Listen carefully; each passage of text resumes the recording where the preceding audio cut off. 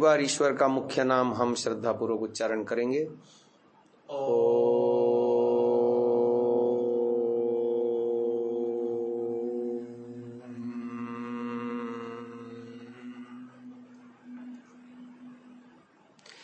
वेद मंदिर सेक्टर 8 रोहिणी में योग शिविर का आज चौथा दिन, सुबह का दूसरा सत्र।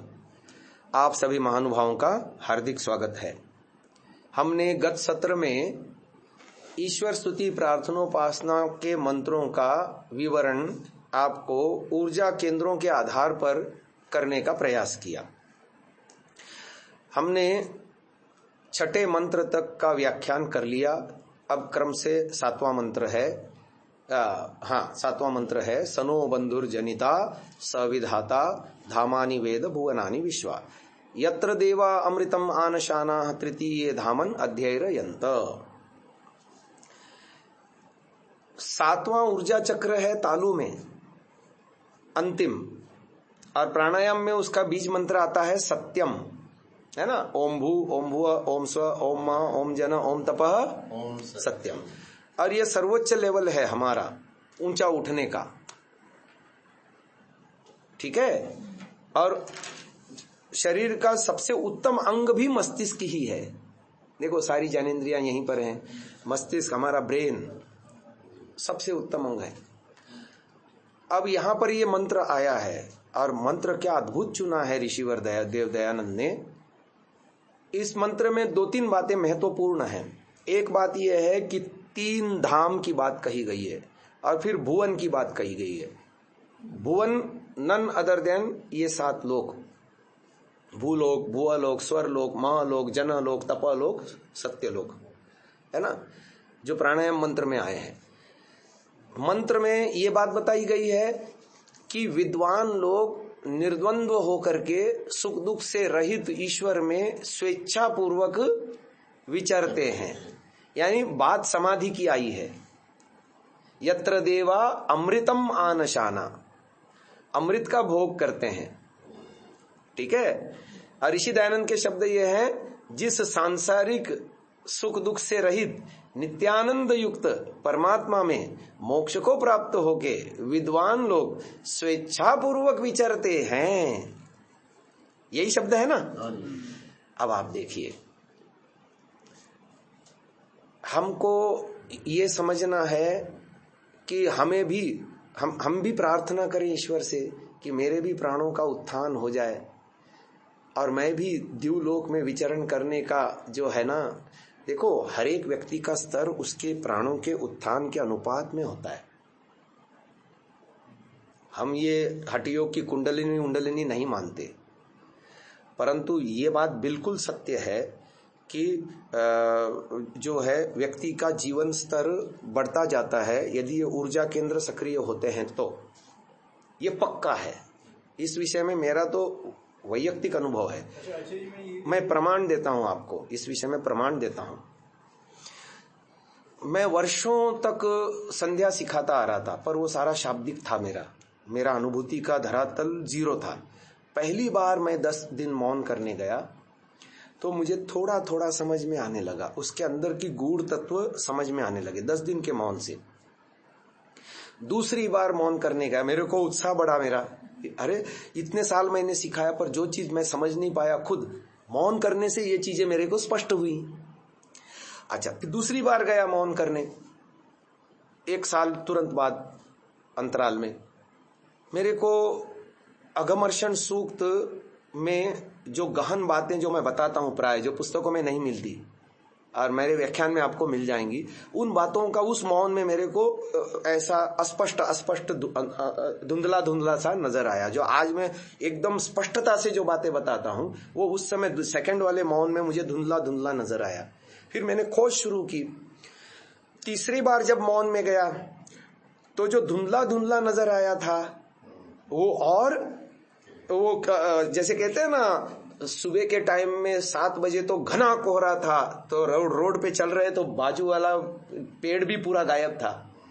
लेकिन जैसे जैसे सूरज भगवान आए और कोहरा छटने लगा और चीजें दिखने लगी आसपास की, बहुत दूर की नहीं परंतु आसपास की चीजें, वैसी स्थिति अनुभव में आई। अघमर्षण सूक्त तो समझ में आने लगा, मनसा परिक्रमा के कुछ गूढ़ अर्थ धुंधला धुंधला नजर आने लगा। तीसरा, चौथा, पांचवा, ऐसे मौन शिविर करते करते उपस्थान का भी मेरे को पूरा पूरा पूरा पूरा समझ में आया। महानुभावों, ये मैं अपने वैयक्तिक जीवन की बात बता रहा हूं। यत्र देवा अमृतम आनशाना, प्राणों का उत्थान होता है। मौन किए बिना उन स्थितियों को, मौन में जाए बिना उन स्थितियों को आप प्राप्त ही नहीं कर सकते, क्योंकि अविद्या इतनी घनी है, कुसंस्कार इतने चट्टानों की तरह हमारे चित्त में जमे हैं, और आजकल का बाहर का माहौल इतना खराब है, गार्बेज इनसे आप अपने आप को बचा ही नहीं पाते। ये ऐसा आदर्श आश्रम हो, ऐसा आदर्श स्थल हो जहां पर कहीं से कहीं तक बुराई किसी भी रूप में अंदर न जाए, क्योंकि हर चीज अपना प्रभाव तो छोड़ती है ना। बहुत मुश्किल है, किंतु जिस व्यक्ति के जीवन में यदि तीव्र इच्छा है और पुरुषार्थ यदि वो करता जाए विधिवत, हार न माने, संघर्ष न छोड़े, तो कालांतर में चलते चलते, जैसे वो कछुआ और खरगोश वाली बात है ना, खरगोश के पास क्षमता होने पर भी वो सो गया। उसने सोचा अरे क्या है, उसने उसको लाइटली ले लिया, वो आएगा तब तक तो मैं एक छलांग लगा करके पहुंच जाऊंगा। अरे कछुआ अपना टुकू टुकू चलता रहा, चलते चलते पहुंच ही गया, है ना।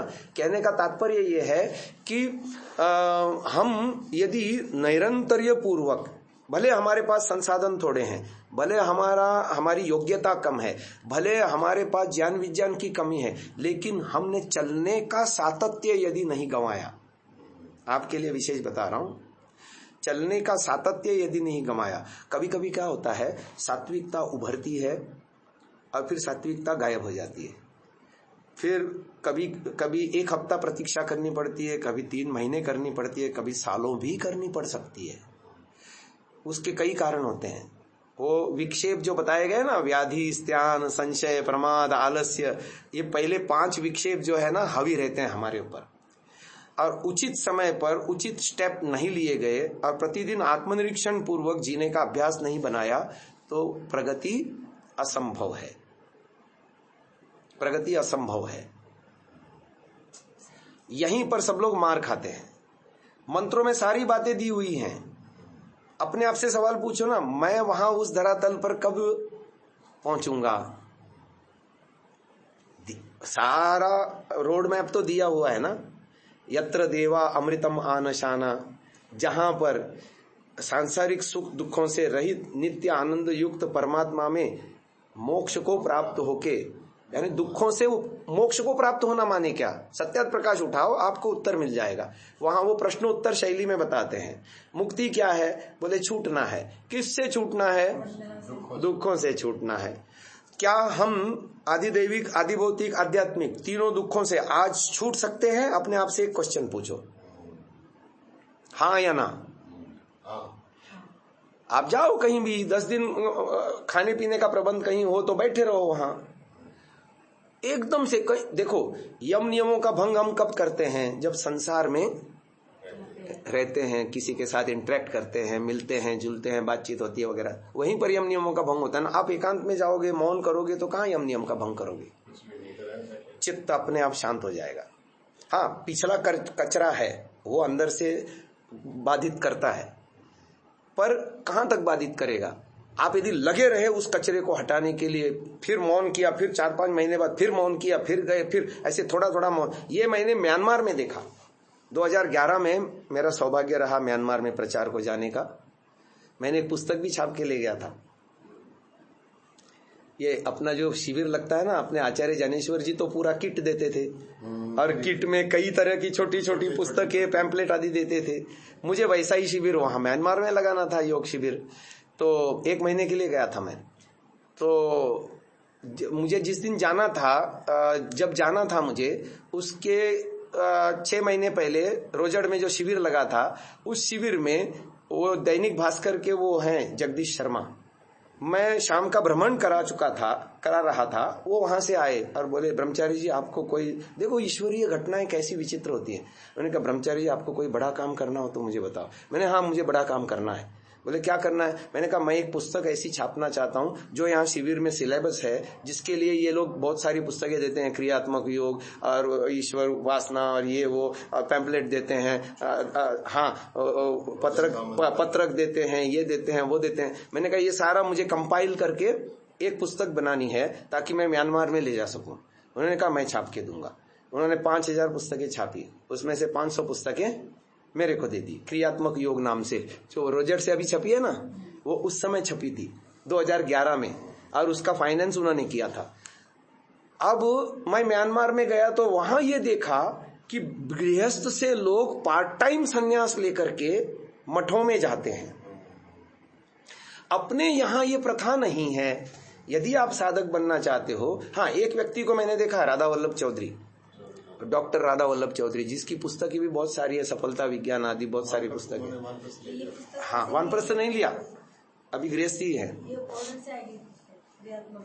रोजर से मिल जाएगी, दर्शन योग धाम से, लाखरोड़ा वालों से उन्होंने छापी है। तो मेरी तो पुस्तकें खत्म हो गई, 500 ही प्रतियां दी थी उन्होंने, है ना। 5000 छापी थी, मुझे 500 दे दी। उसमें से 300 मैं म्यांमार ले गया, 200 मेरे पास थी। अब वो 2011 कहाँ 24 कहाँ खत्म हो गई हो। अच्छा, तो कहने का तात्पर्य, उसके बाद उन्होंने एक संस्करण उन्होंने भी छापा, हाँ छापी, अभी तो दूसरा संस्करण छापा उस पुस्तक का रोजड़ वालों ने। मतलब अभी कुल 3रा संस्करण छप चुका है उस पुस्तक का। मैंने एक छापा था उनके माध्यम से, दूसरा संस्करण रोजड़ वालों ने 2 साल पहले जब वो नींव डली थी ना लाखरोड़ा की, उस समय छापा पहला संस्करण उनकी ओर से। अब फिर अभी इस शिविर में उन्होंने दूसरा संस्करण छापा है पिछले साल, एक ही साल में उनका संस्करण खत्म हो गया। खैर, तो मैं ये बताना चाह रहा हूं कि हम मौन नहीं करेंगे तो समाधि अवस्था में प्रवेश नहीं होगा। पहले तो इस बात को समझ लो। ये बात बताने के लिए इतनी सारी बातें बताई मैंने आपको। आपने मौन कहाँ पर किया था? अनेकों शिविरों में। शिविर के अंदर? हाँ, एक मिनट, इसको मैं, व्यक्ति को स्वाध्यायात योगमासीत योगात स्वाध्यायम आमनेत स्वाध्याय योग संपत्त्या परमात्मा प्रकाशते। जो इस मंत्र में कहा गया, यत्र देवा अमृतम आनशाना, तृतीय धामन, तीसरे धाम में, कौन सा? वो है स्वह धाम। भूलोक को लांग करके भुवलोक पे आरूढ़ होकर के स्वलोक पे प्रवेश करना। ये प्रवेश बिना मौन के नहीं होता, ये मैं बताना चाह रहा हूं। और जैसे जैसे मौन करोगे ये मंत्र आपको अंदर से खुलते जाएंगे। अभी तो आप केवल पढ़ रहे हो, पढ़ा भी रहे हो, पुस्तक भी लिख रहे हो, तब भी आप अनुभूति के धरातल पर नहीं पहुंच पाओगे तब तक, जब तक आप मौन नहीं करोगे। मौन नहीं करोगे तो मौन करोगे तो अंदर से प्रज्ञा खुल जाएगी, अंदर का कचरा निकल जाएगा। अभी बहुत कचरा है अंदर, है ना। तो क्या बता रहा था मैं? नहीं, दूसरी बात बता रहा था। हाँ, एक शिविर में ऐसा चाहता हूं जिसमें पुस्तकें रखी रहें सारी, हम केवल स्वाध्याय करें और केवल ध्यान करें, कोई प्रवचन नहीं, कोई कुछ नहीं। उसमें ये हो कि जैसे आपने एक मंत्र या सूत्र पकड़ा, हाँ, उस पे हम थोड़ा सा बताएं, जैसे विपश्यना वाले करते हैं, 5 मिनट का वो बताते हैं, बाद में आपको अध्याय वो आपको साधना करनी होती है। तो ऐसे ही मैं करा सकता हूँ, मैं ऐसा एक सिलेबस विकसित कर रहा हूँ। आपने सुबह ये शाम को एक लेक्चर दिया, हाँ, सुबह उसका अभ्यास हुआ दिन भर। हाँ, तो ये ऐसा मैं करना नहीं। उसमें क्या होता है, हर एक का स्तर अलग अलग होता है। जब ऋषि ने ये बात लिखी है, स्वाध्यायात योगमासीत योगात स्वाध्यायम आमनेत स्वाध्याय योग संपत्त्या परमात्मा प्रकाशते, हमारे पास आप्त वचन है। कोई तो प्रैक्टिकल करे इसको, कि एक ऐसा शुभ अवसर हमको मिले कि जहां पर हम ऐसा एक डेवलप करें कि उसकी सारी शारीरिक आवश्यकताएं, खाना पीना रहना, वो पूर्ति हो जाए। और भले ज्यादा नहीं, 5-6 साधक हो, ज्यादा नहीं, 3-2 हो, 2 हो, 1 हो, क्वालिटी हो। हाँ, तो वहां पर वो इसको प्रैक्टिकल करे, इधर स्वाध्याय करे, इधर योग करे, फिर योग करे, फिर स्वाध्याय करे। और इस तरह से परमात्मा प्रकाशते, ऐसा जो लिखा हुआ है, इसको हम प्रैक्टिकल क्यों नहीं करें? मैंने आचार्य ज्ञानेश्वर जी से ये बात अभिव्यक्त की थी, उन्होंने तो मुझे ऑफर दी थी, पर बाद में तो वही नहीं रहे। तुम यहाँ आओ, तुमको जो करना है करो, ये बोला था उन्होंने मुझे। मेरे प्रति तो विशेष कृपा दृष्टि थी ना उनकी। तो ये है समाधि के लेवल की बात बताई जा रही है इस मंत्र में। अब इसमें दो बातें मुख्य हैं, बोलो। 3 धाम 7 भुवन, इसकी चर्चा कोई आर्य जगत का योगी नहीं करता, या करते हैं? करते हो तो बताओ, जबकि उसमें है या नहीं? मंत्र ही कह रहा है तृतीय धामन है, सनो बंधुर जनिता सविधाता धामानि वेद विश्वा। हाँ, उसको छोड़ो अभी। भुवनानि विश्वा, धामानि वेद भुवनानि विश्वा। मंत्र में धाम कितने हैं वो अपने आप बता रहा है। तृतीय धामन, तीसरे धाम में जहां विद्वान लोग स्वेच्छा पूर्वक उस पर ब्रह्म में विचरते हैं, मोक्ष को धारण करने हरे परमात्मा में विद्वान लोग स्वेच्छा पूर्वक विचरते हैं।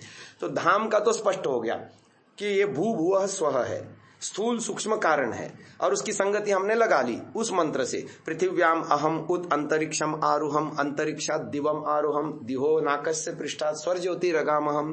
बात क्लियर हो गई। अब बचे भुवन। ये भुवन वही हैं, हाँ 7 लोक हैं, भूलोक, भुवलोक, स्वहलोक, महालोक, जनलोक, तपलोक और सत्यम लोक। इस मंत्र से प्रेरणा लेकर के हमें उस स्थल तक पहुंचना है। मैं भी उस यात्रा का पथिक हूं, और मैं चाहता हूं कुछ लोग मुझे मिले तो अपन एक ऐसा ग्रुप बना करके इसमें अनुभूति के धरातल पर आगे बढ़ना चाहते हैं। मेरी दिली इच्छा है। आगे चलो, ये मंत्र हो गया पूरा। अब आगे बढ़ते हैं। अगला मंत्र है अग्ने नय सुपथा राये अस्मान विश्वानि देव वयुनानि विद्वान युयोधि अस्मज्जुहुराणमेनो भूयिष्ठान्ते नम उक्तिम विधेम। ईश्वर से, ईश्वर को, ज्ञान स्वरूप ईश्वर को कामना की गई है। देखो सांख्य दर्शन कहता है ज्ञानान मुक्ति ही, मुक्ति किससे होती है? इसीलिए ज्ञान स्वरूप ईश्वर के साथ प्रार्थना की गई है। यहाँ कहा गया कि हे अग्नि, ज्ञान स्वरूप अग्नि, मुझे सुपथ पर ले चलो। सुपथ एक ही है, ब्रह्म प्राप्ति का रास्ता चुनना। आपके पास विकल्प नहीं है महाशय जी। संसार उन्मुख आप हो ही नहीं सकते। ऋषि ने तो स्पष्ट कह दिया सा कल्याण वहा। एक ऋषि ने कह दिया विषय सुखम अविद्या इति उक्तम। क्या कहा? विषय सुख लेना अविद्या है। 5 इंद्रियों का भोग विषय सुख कहता है। शब्द, स्पर्श, रूप, रस, गंध, यानी संसार सारा आ गया उसमें। अविद्या में क्यों रहना चाहते हो?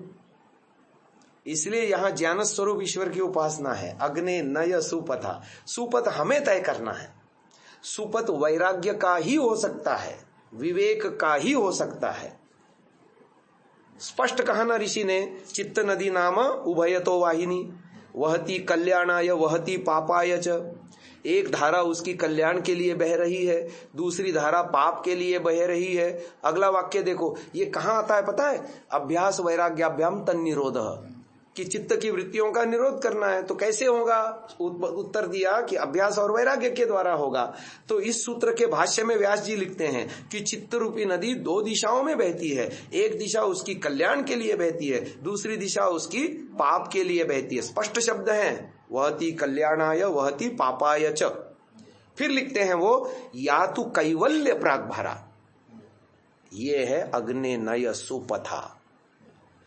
कैवल्य की ओर धारा यदि चित्त की बहने दोगे तो वो आपको सुपथ पे ले जाएगा। विकल्प नहीं है आपके पास कि अभी तो गृहस्थी भोग लूं फिर देखूंगा। नहीं, बिल्कुल नहीं। विकल्प नहीं है आपके पास। लोग कहते हैं धर्म का पथ बड़ा कठिन है। मैं कहता हूँ उसकी, धर्म का पथ ही सरल है। मैं कहता हूँ उसकी त्रिजीवन क्या है फिर? त्रिजीवन क्या करोगे? यदि आपको ये विवेक हो गया तो आपका रास्ता खुल गया है, खुल गया है। बस अब चलना बाकी है, समझ लो। अच्छा, आगे चलते हैं। तो वो कहता है या तू कैवल्य प्राग्भारा विवेक विषय निम्ना। कैवल्य की ओर ढलान बना करके, विवेक को ढलान बना करके बहने वाली धारा कल्याण के लिए बहती है। और दूसरी तरफ क्या कहता है, या तू संसार प्राग भारा अविवेक विषय निम्ना सा पाप वहा। अब इससे कठोर शब्द और क्या होंगे, संसार की ओर बहने वाली धारा। दूसरा ऋषि कह रहा है विषय सुखम अविद्या इति उक्तम, विषयों का सुख। अब ये सारे नैष्ठिक का व्रत लेकर के शादी करने वाले बुद्धि मारी गई है इन लोगों की, घास चरने गई है बुद्धि इन लोगों की। अब इससे कठोर शब्द क्या बोलूं मैं ऋषियों के प्रमाण है ऋषियों के, है ना। वो कहता है कुत्रापि कोपि सुखी ना, संसार में रमन करने वालों सुनो, सांख्य ऋषि क्या कहता है, कपिल मुनि क्या कहते हैं, इस संसार में ढूंढो एक भी आदमी सुखी नहीं है। दूसरा ऋषि कहता है कि परिणाम ताप संस्कार, योग दर्शन का ही ऋषि कहता है पतंजलि, परिणाम ताप संस्कार दुख गुणवृत्ति विरोध। अच्छा, ये सामान्य आदमी को दिखते ही नहीं है।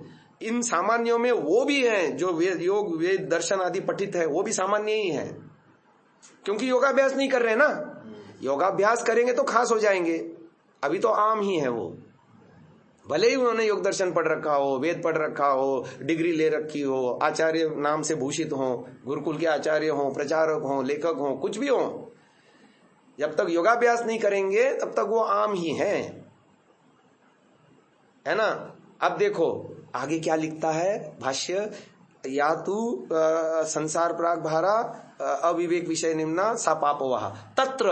अब देखो वो कहता है ना अभ्यास वैराग्य अभ्याम तन निरोध, वो कहता है तत्र वैराग्येण, वैराग्य के द्वारा विषय स्रोत खिली क्रियते, विषय स्रोत को रोका जाता है।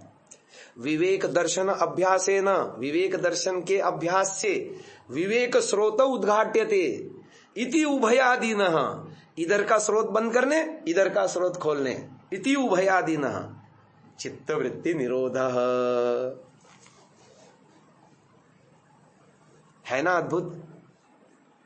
पर हमको माइंडसेट बनाना पड़ेगा, गोल टारगेट फिक्स करना पड़ेगा और शिद्दत से उसके लिए लगातार पुरुषार्थ नैरंतर्य सत्कारा सेवितः दृढ़ भूमि।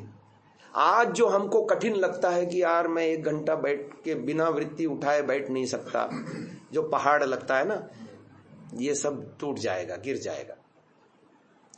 2-3 बातों के ऊपर विश्वास रखो। विद्यते हृदय ग्रंथि ही छिद्यन्ते सर्व संशया क्षीयन्ते चास्य कर्माणि तस्मिन् दृष्टे परावरे। ये स्वप्न है मेरा और इसके मैं पा करके रहूंगा, है ना। देखो माता जी का चेहरा खिल गया ऐसे सपने देखने चाहिए, ये लक्ष्य होना चाहिए, इसके लिए माइंडसेट बनाना चाहिए। हाँ, संसार आपसे छीनेगा नहीं, ना पति ना बच्चे ना दायित्व, कुछ गौण नहीं होगा। बस हम अंदर से बदलेंगे, हम अंदर से अधिकार छोड़ते चले जाएंगे। अधिकारी तो छोड़ना है, वही नहीं छोड़ते। इदन्न मम सूत्र बहुत कारगर है इस मामले में। इदन्न मम, तो दाएं बाएं देखता ही नहीं। देखो मैं आपको एक उदाहरण देके समझाता हूं। जो कोल्हू का बैल होता है ना, या जो बैल वो खेत में हल में चलता है ना, किसान क्या करता है मन, उसको ऐसा एक ये लगाता है ना, आंख के चारों दोनों बाजू। अच्छा, घोड़ा जो टांग में जूता होता है उसके भी आपने देखा होगा, ताकि दाएं बाएं उसकी नजर न जाए। और नहीं तो दाएं बाएं के घास के चक्कर में वो जो कराना चाह रहा है मालिक उसका, वो काम नहीं करेगा। समझ में आ रही बात? हाँ, तो वहां पर योगियों के भी 4 प्रकार बताए, प्राथम कल्पिक, मधुभूमिक, प्रज्ञा ज्योति, अतिक्रांत भावनीय। उसमें मधुभूमिक वाले के लिए सावधान किया, स्थान्योप निमंत्रणे संगस्मया करणम पुनरनिष्ट प्रसंगात। ऐसे मौके आएंगे गिरने के, लोभ आएगा जीवन में, प्रलोभन आएगा। ये पुस्तक भी छाप लूं, ये सीडी भी, मैं अपने विषय में सोच रहा हूँ, ये पुस्तक भी छाप लूं, ये सीडी भी बना लूं, ये शिविर भी लगा लूं, ये बच्चों को ट्रेनिंग दे दूं, ऐसा कर लूं वैसा कर लूं। सबके लोग अलग अलग, सबके अलग अलग दायरे, अलग अलग है, रेंज अलग अलग है, पर ये सारा फसावट है। नहीं फंसना, नहीं फंसना। और ऐष्णाएं तो ऐसे चुपके से आती हैं पिछले डोर से, पता भी नहीं चलता। अच्छा, मेरे को पता चला जब मैंने फेसबुक अकाउंट खोला, आज से मेरे ख्याल से 10-15 साल पहले खोला होगा। जब फेसबुक अकाउंट खोला तो जैसे नया आदमी फेसबुक अकाउंट खोलता है तो क्या करता है, अपने फोटोज डालता है, अपने प्रचार के फोटोज डालता है। मैं भी डालने लगा। धीरे धीरे मैंने आत्मनिरीक्षण तो करता ही हूँ, मेरे को 1-2 साल में ही समझ में आ गया कि यार इसमें तेरी लोकेशना बढ़ रही है। मैं तो सावधान हूं, मुझे तो बचना है, नहीं इतना तो चलता है यार, अरे ये तो होना ही चाहिए, नहीं तो लोगों को प्रेरणा कहां से मिलेगी। ये सारे जुमले हैं। ये हाँ, सुनो तो सही, ये वो एक अलग विषय है, वो पर्सपेक्टिव अलग है। मैं दूसरे पर्सपेक्टिव से बात कर रहा हूं। मैंने जो प्रचार किया लोगों को पता चलना चाहिए, ये जो भाव है, इसलिए मैं फोटो डाल रहा हूं। हाँ, अच्छा अब सुनो, आगे सुनो। मैंने क्या करा, मैंने देखा यार ये तो तेरा ऐष्णाएं बढ़ रही हैं। आज से कितने साल पहले की बात बता रहा हूँ। देखो 2 साल तो मुझे अभी बॉम्बे में हो गए, 5 साल मुझे वहां तेलंगाना में हो गए, 5, 2, 7, और उससे पहले 7 साल मैं वहां रहा। हाँ, विचार टीवी के लिए जब आया था, 7, 5, 12 और 2, 11 की बात। हाँ, इतने साल पहले मेरे को ये फील हुआ कि मैं जो ये फेसबुक पर और व्हाट्सएप पर जो ये अपने प्रचार के वो फोटो आदि डालता हूँ, इससे मेरी ऐष्णा बढ़ रही है। मैंने कहा ये छिद्र बड़ा होगा और मुझे कहाँ ले जाके पटकेगा पता भी नहीं चलेगा। यकीन मानिए उसके बाद कई संस्थाओं ने मेरा सम्मान किया है। राज सिंह जी के मृत्यु के बाद उनका 3रा सम्मान मुझे मिला है, जो होली में वो लोग 50,000 रुपया देते हैं। विनय जी ने मुझे फोन करके सामने से बुला करके, मैंने कहा विनय जी को और भी लोग हैं उनको दे दो, मैं तो कुछ भी नहीं हूं, बहुत सारे लोग हैं उनको। नहीं आपको देना है, आप आओ। और 10 दिन पहले बताया है, अभी होली 10 दिन पे है तो 10 दिन पहले उन्होंने बताया है, शॉर्ट नोट पे बिल्कुल। फिर मैं गया था, आया था, दिया वो सम्मान। वो उस समय महाशय जी जीवित थे और महाशय जी स्टेज पे स्ट्रेचर पे आए थे, स्ट्रेचर पे बैठे थे। उन्होंने सटा के, क्योंकि वो फोटोजेनिक है, वो फोटो खूब शौक से खिंचवाते हैं। हाँ, तो मुझे खींच करके इंसिस्ट करके कैमरा वाले को, वीडियो बना, फोटो निकाल। ऐसे मैं देख रहा था और मैं अपने मन में सोच रहा था कि क्योंकि मैं तो पहले ही इससे निवृत्त हो चुका हूं, ठीक है ना, वो मेरा सम्मान हुआ।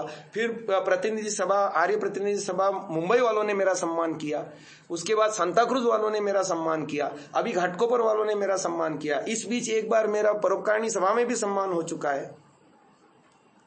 मेरा फेसबुक पे एक भी इवेंट का मेरे द्वारा डला हुआ फोटो आपको नहीं मिलेगा। ये उस बात का प्रमाण है कि मैंने जो निश्चय किया मैं आज भी उसके ऊपर कायम हूँ। अच्छा, जैसे अपने अंदर की ऐष्णाओं को नियंत्रित करते हुए तो कर ही सकते हैं चीजें, आपको लग रहा है कि नहीं बह रहा है। हाँ, अभी वो स्थिति अभी भी मैं नहीं समझता कि आई है, अभी वो परिपक्वता नहीं आई है। जिस दिन परिपक्वता आएगी उस दिन, हाँ, फिर बाद में मैंने देखा वीडियो जब बना रहा हूं तो उसमें फोटो दिया तो उसी भावना से दिया कि हाँ इससे मेरे को, मैं अभी इससे ऊपर उठ चुका हूं, तब मैंने फोटो देना शुरू किया।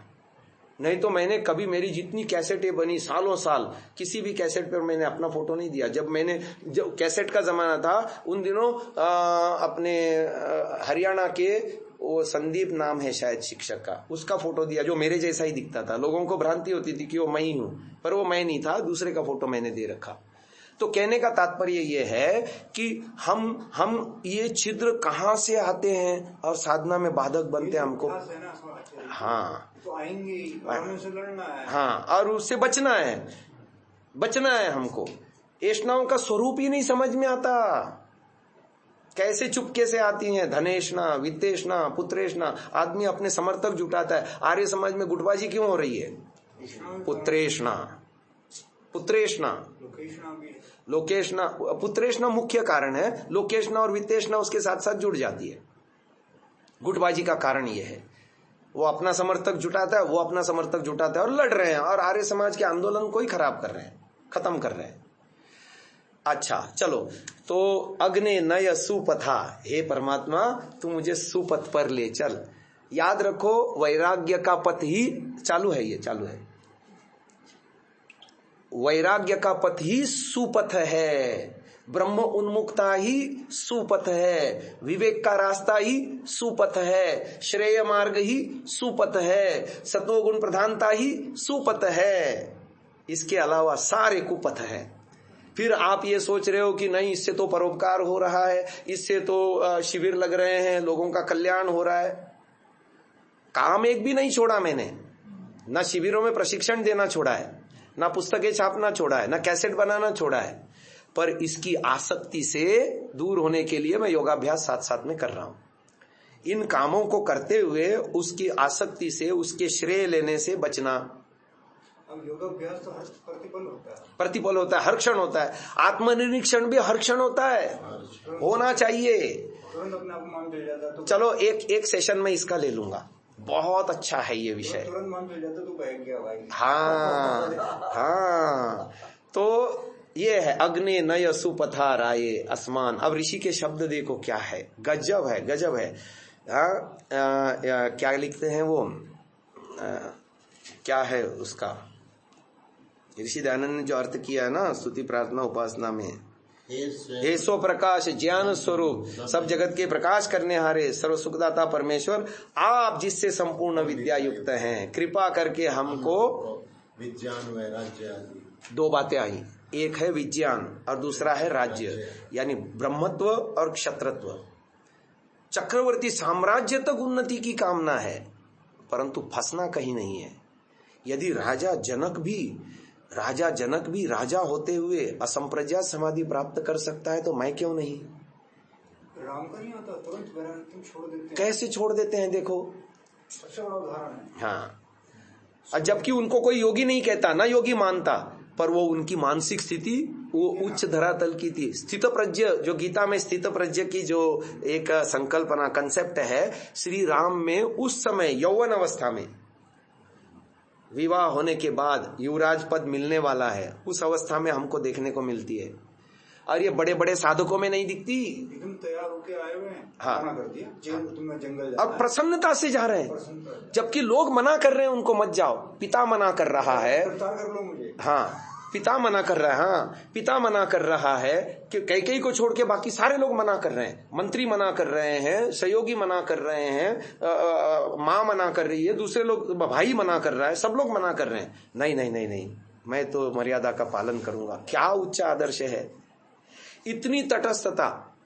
ये तभी होता है जब वैराग्य होता है जीवन में, वैराग्य दिखता है। हाँ, विवेक होता है, जो सही है वो सही है। फिर पिता की बात भी मैं नहीं मानूंगा, पिता कह रहा था ना रुक जा, जो सही है वो सही है, फिर किसी की नहीं सुनूंगा। माता श्रेष्ठ होती है चाहे कुछ भी हो। हाँ, माँ भी कह रही है, कौशल्या भी कह रही है, तू जाएगा मैं किसको देखूंगी।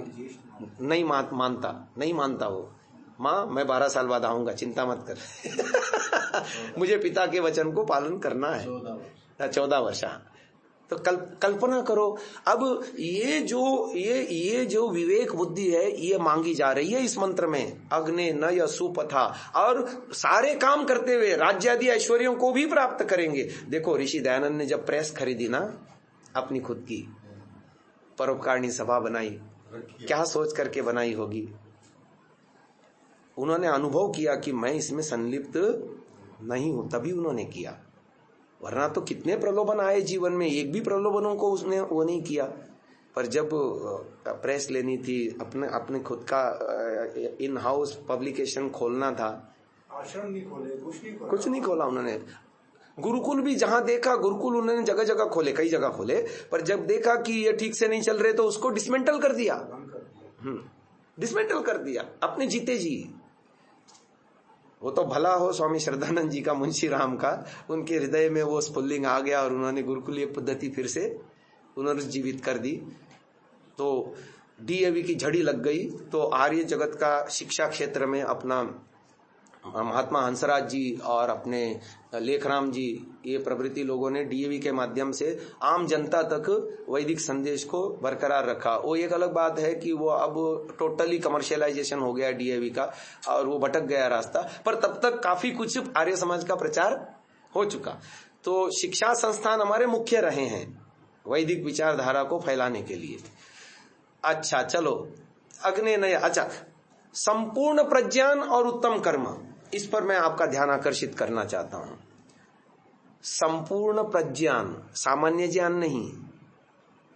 एक होता है सामान्य ज्ञान जो आगम काल में मिल जाता है, परंतु प्रज्ञान क्या है? प्रकृष्ट ज्ञान, विशेष ज्ञान, संपूर्ण प्रज्ञान और उत्तम कर्मों को प्राप्त कराइए। तो जब शुद्ध कर्म, शुद्ध ज्ञान होगा और वो भी अनुभूति जन्य ज्ञान होगा, जो समाधि जन्य ज्ञान होगा, आपके कर्म गलत हो ही नहीं सकते, स्वतः सुधरते चले जाएंगे। संपूर्ण प्रज्ञान और उत्तम कर्म, और वहां भी संपूर्ण विशेषण लगाते हैं ऋषि दयानंद, प्रज्ञान में भी संपूर्ण विशेषण लगाते हैं। और इसीलिए उनका जीवन देखते हैं ना, ऋषि दयानंद के जीवन में सर्वतोमुखी उन्नति है उनके जीवन में। इधर दलितोद्धार भी कर रहे हैं, शिक्षा का भी विस्तार कर रहे हैं, व्याकरण के क्षेत्र में भी काम कर रहे हैं, राजाओं को भी पढ़ा रहे हैं और क्रांतिकारियों को बता रहे हैं, खंडन भी कर रहे हैं और विदेशों में भेज रहे हैं। श्यामजी कृष्ण वर्मा को विदेशों में भेजा कि कारखानों का ज्ञान प्राप्त कर लो, उसका ज्ञान प्राप्त कर लो और देश की सर्वविध उन्नति के लिए। ये शब्द है उसके पीछे, संपूर्ण प्रज्ञान और उत्तम कर्मों को प्राप्त कराइए। किस लिए? राज्यादि ऐश्वर्यों के लिए। क्या अद्भुत है देखो। और वहां भी ईश्वर की नम्र रूप स्तुति करना नहीं छोड़ते। कैसे कैसे मंत्रों का चयन किया है ऋषि दयानंद ने। भूयिष्ठान्ते नमो उक्तिम विधेम, ये सब प्राप्त करके हम अहंकार में ना आए। हे ईश्वर, तेरा है, तेरे द्वारा है, तेरे लिए है, तेरे राज्य का विस्तार हम कर रहे हैं, ये भाव हमारे हों। वो बात वहां पर अभिव्यक्त है, भूयिष्ठान्ते नम उक्तिम विधेम, कि बार बार हम आपकी स्तुति, प्रार्थना, उपासना करें। अहम आता है व्यक्ति के जीवन में, थोड़ा सा यश पा करके, थोड़ा सा धन पा करके, थोड़ा सा बल पा करके, थोड़ा सा ज्ञान पा करके। ये 4 क्षेत्र हैं अहम उभरने के। ज्ञान में बड़ा अहंकार है, बहुत बहुत ज्यादा। और ऐसा आदमी भयंकर रसातल में जाता है, मालूम, समझता अपने को बहुत ऊंचा है, वो जनता में रहता है और होता सबसे नीचे है, क्योंकि छल कपट से भरा होता है अंदर से। भयंकर दुर्गंध आती है ऐसे आदमी के सामने जाने से। वो कहता है कि मैं दर्शनाचार्य, मैं व्याकरणाचार्य, मैं महापंडित। वाकपटु होता है, लोग चढ़ा देते हैं। हाँ अच्छा बोलते वो ही चढ़ा देते हैं। सुनो मैंने तो इसका वो सारा देखा है ना, अनुभव किया है। मंच, माला, माइक, तालियां। क्या कहा मैंने? मंच, माला, माइक, तालियां। ये यशेषणा के बढ़ाने। अच्छा, वो भी हरभरे के चने के झाड़ पर ऐसा चढ़ जाता है और रहता वो धरातल पर वही है, वही छल कपट अंदर से, वही झूठ, वही तेरा मेरा। उससे परंपरा भी आगे बढ़ जाती है। वो देखता है कि फर्जी आदमी ऊपर बढ़ रहा है, हाँ, तो उसके चेले चपाटे भी वैसा ही करने लगते हैं सारे, और गुरुकुल की स्थिति वही हो जाती है। हाँ, सारा गड्ढम गड्ढ हो रहा है। इसीलिए हमारे आर्य समाज के आंदोलन का जन सामान्य पर सकारात्मक प्रभाव नहीं रहा। आप सोचो, पंडित चमुपति ट्रेन में यात्रा कर रहा है, पर उसका जीवन कितना पवित्र है। अपने बच्चे का टिकट उसने लिया था और उसी दिन उसका बर्थडे भी था और शायद वो 1 वर्ष आगे हो गया। टीटी को वापस बुला करके वो पैसे दे रहा है उसको, चालान कटवा रहा है अपना। और इस घटना को देख करके वो टीटी प्रभावित होता है और आर्य समाजी बनता है, या आर्य समाज की विचारधारा से प्रभावित होता है और उस सिद्धांत को अपनाने की सोचता है। कहाँ तो चमुपति एमए जी का वो व्यवहार और कहाँ इन लोगों का व्यवहार। थोड़े थोड़े से चंदे के लिए कैसे कैसे लोगों के सामने कैसे कैसे व्यवहार आचरण इन लोगों का देखो। है साधना इनके जीवन में, है त्याग इनके जीवन में। कहाँ दर्शनानंद जी के गुरुकुल का एक इवेंट आता है, कहते हैं पाचक आके सूचना दे रहा है, दलिया खत्म, चावल खत्म, ये खत्म। अरे रुक जा भाई, धीर धर। ईश्वर है, करेगा व्यवस्था। और बच्चों को संध्या करा रहे हैं, यज्ञ करा रहे हैं, हो जाएगी व्यवस्था। अब पता चलता है सामने से एक आदमी बैलगाड़ी में खाना लेकर के आ रहा है। सब ठंटन गोपाल था गुरुकुल में। आप घंटी भी लगा, बोले घंटी लगा दो, बोले हो जाएगा। इतना विश्वास, खाने की घंटी लगा दिया और वहां चूल्हा कुछ भी नहीं है। देखो चमत्कार, अगला आदमी बैलगाड़ी लेकर के आता है खाने का सामान गुरुकुल में। ये है ईश्वर विश्वास। नहीं, मैंने देखा भी हाँ हाँ, ईश्वर करेगा होती थी। हाँ, एक जगह फॉल्ट हुआ, लेकिन उनके कार्यक्रम सफल होते थे। क्या वो उनके जेब में चवन्नी नहीं रहती थी, बोला मिलेगा, सब मिलेगा। अच्छा, उनका लेवल ऊंचा था। वो जब बात किसी के सामने कहते थे ना, सामने वाला सुनता था उनके, हम मानता था। लेवल अलग था उनका, लेवल अलग। वो एक तो पिछले जन्मों का भी पुण्य होता है और इस जन्म का पुरुषार्थ होता है। तो व्यक्ति साधना, मैंने ये अंतिम साधना जो दी है ना, यहाँ देखो ये दी है अति आत्म साधना। इसमें एक दिन वो आए थे रोजड़ में, रोजड़ वैसे वो कम जाते थे, पर एक दिन वो आए थे। और रोजड़ का वो ऊपर वाला कमरा नहीं है जहां मैं बैठता था हमेशा शिविरों में, उसी कमरे में ये पूरी साधना मैंने उनको कराई, ब्रह्मचारी राज सिंह जी को। हाँ, हॉल के ऊपर वाला ये साधना मैंने कराई। वो इतने गदगद हुए, लगभग 40 मिनट मैंने साधना कराई उनको। वो करते गए, मैं बोलता गया, वो करते गए, इतने गदगद हुए। वो सच में वो बिल्कुल पुण्यात्मा था, वो पुण्यात्मा था।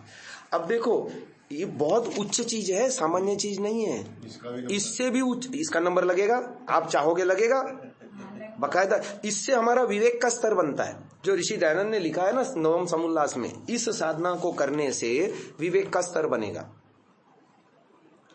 विवेक का स्तर बनेगा। चलो इसी शिविर में करवा देते हैं। अंतिम दिन सुबह जो संडे का दिन है ना, उस दिन ये वाली साधना करवाएंगे आपकी डिमांड पर, वरना मैं नहीं कराता। लोग तो फिर बिदकते हैं। वो आर्य समाज के वो एक, ये भी जो हमारे सततवाजी आते हैं इनका भी इंटरेस्ट है। हाँ, आर्य समाज के जो लोग हैं ना, वो एक निश्चित दायरे से बाहर ना झांकना चाहते हैं, न देखना चाहते हैं। जबकि इसको लिखने वाला लेखक जन्मना आर्य समाजी था, पीढ़ियों से आर्य समाजी था, उसके पिता भी आर्य समाजी थे। हाँ, बहुत विद्वान। तो कहने का तात्पर्य ये है कि अपन करेंगे इस काम को। भूयिष्ठान्ते नमो उक्ति विधेम। तो आज हमने इस सीरीज के द्वारा 3 प्रवचनों में ये जानने का प्रयास किया कि महर्षि दयानंद जी ने ये जो स्तुति प्रार्थना उपासना के 8 मंत्रों का जो विवेचन दिया है, इसका सीधा सीधा संबंध सुषुम्ना नाड़ी से है।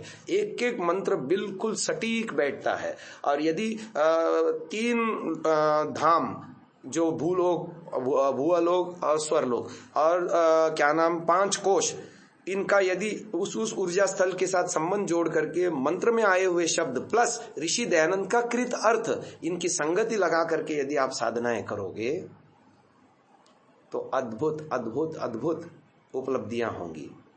आज के लिए इतना ही। ओम।